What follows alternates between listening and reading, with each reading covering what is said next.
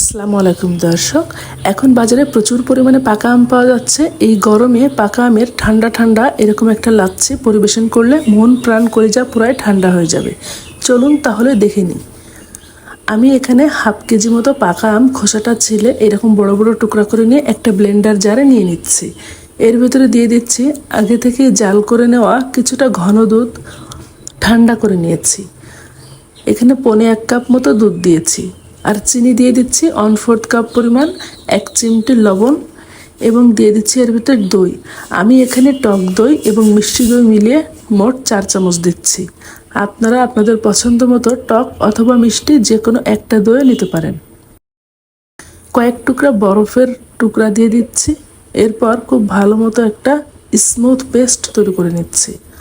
আপনারা যদি এর ঘনত্বটা আরও কম বা বেশি করতে চান সেক্ষেত্রে লিকুইড দুধের পরিমাণটা কম বা বেশি করে দিবেন। ঠিক এইরকম ঘন ক্রিমি একটা টেক্সচার হবে।